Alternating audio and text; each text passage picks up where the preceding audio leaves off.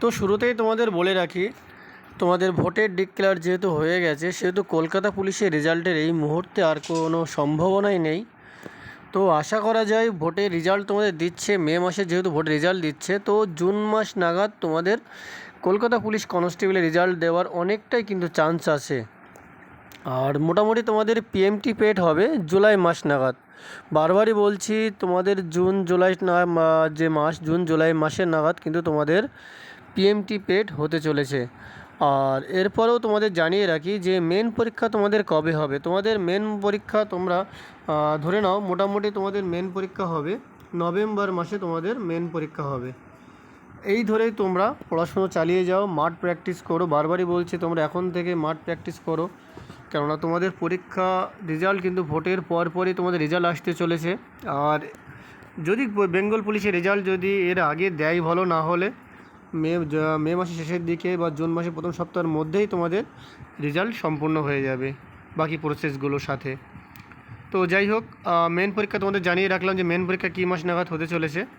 আর এরপর তোমাদের জানিয়ে রাখি যে তোমাদের অনেকে জিজ্ঞাসা করছো যে কলকাতা পুলিশের কাট আপ কেমন যেতে পারে।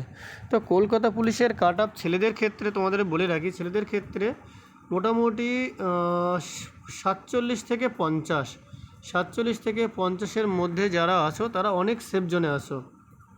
আর এটা কিন্তু ছেলেদের ক্ষেত্রে জেনারেল, এবং মেয়েদের ক্ষেত্রে মোটামুটি 42 থেকে 45-এর মধ্যে আশা করা যায় তোমাদের মেয়েদের জেনারেল ক্যাটাগরি তোমাদের এরকম কাট আপ থাকবে। এরপর আসি তোমাদের এসসি ক্যাটাগরি ছেলেদের ক্ষেত্রে তোমার মোটামুটি 40 থেকে 42, এসসি ক্যাটাগরি মোটামুটি 40 থেকে 42 থাকলে তোমরা মাঠের জন্য প্রিপারেশান শুরু করে দাও। আর মেয়েদের ক্ষেত্রে বলি, মেয়েদের ক্ষেত্রে তোমাদের 38 থেকে 40, মেয়েদের ক্ষেত্রে জেনারেল 38 থেকে 40 এরকমই কাট আপ যাবে। হয়তো তোমরা ভাবছো যে দাদা কেন এত কম বলছে, এর অনেক কারণ আছে, তোমরা রেজাল্ট দিলে অবশ্যই তোমরা জানতে পারবে। এরপর আসি ওবিসি বি ছেলেদের ক্ষেত্রে তোমার কাট আপ যাবে মোটামুটি 44 থেকে 46-এর মধ্যে থাকবে। ওবিসি এটা থাকবে। আর ছেলেদের ওবিসি বি থাকবে মোটামুটি তোমাদের 43 থেকে 45। কেন ওবিসি বি কাট আপ কম যাবে এটা। আর মেয়েদের বলবো এর থেকে তোমরা মোটামুটি 2-3 করে মাইনাস করে হিসাব করে নাও যে তোমাদের কেমন কাট আপ যেতে পারে। এবার আসি ইডব্লিউএসের কাট আপ মোটামুটি তোমরা ধরে নাও 35 থেকে 37-এর মধ্যে তোমাদের কাট আপ থাকবে ছেলেদের ক্ষেত্রে। আর মেয়েদের ক্ষেত্রে মোটামুটি তোমরা 32 থেকে 35 এরকম তোমরা ইডব্লিউএসের কাট আপ পাবে। এবার আসি এসটিদের কাট আপ মোটামুটি যাবে তোমার 30 থেকে 32, এসটিদের কাট আপ 30 থেকে 32-এর মধ্যে থাকবে। এবং মেয়েদের ক্ষেত্রে মোটামুটি 28 থেকে 30-এর মধ্যে এসটি কাট আপ থাকবে।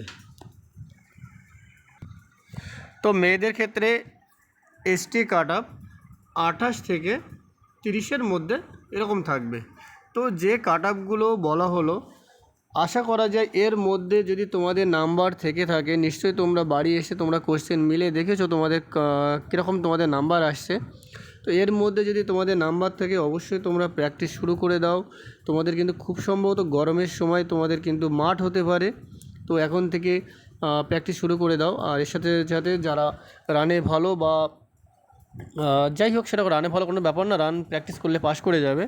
তো মেন পরীক্ষার জন্য তোমরা প্রস্তুতির সাথে সাথে নিয়ে নাও। আর চেষ্টা করবে রানটা প্র্যাকটিস করা, বিশেষ করে সকাল টাইমে। আর একটু বেলা হলে রান প্র্যাকটিস করার চেষ্টা করবে, তাহলে দেখবে তোমাদের রান দ্রুত উঠবে। তো বিশেষ কিছু যদি টিপসের দরকার হয় তোমরা রানের ক্ষেত্রে তোমরা অবশ্যই কমেন্টে জানাবে, তোমাদেরকে অবশ্যই সে ব্যাপারে তোমাদের হেল্প করা হবে। তো এই ছিল বলার, ভিডিওটি সবাই শেয়ার করে দিও, আর ভালো লাগলে অবশ্যই লাইক করে দিও, এবং চ্যানেলটি অবশ্যই সবাই সাবস্ক্রাইব করে দিও। ধন্যবাদ সবাইকে।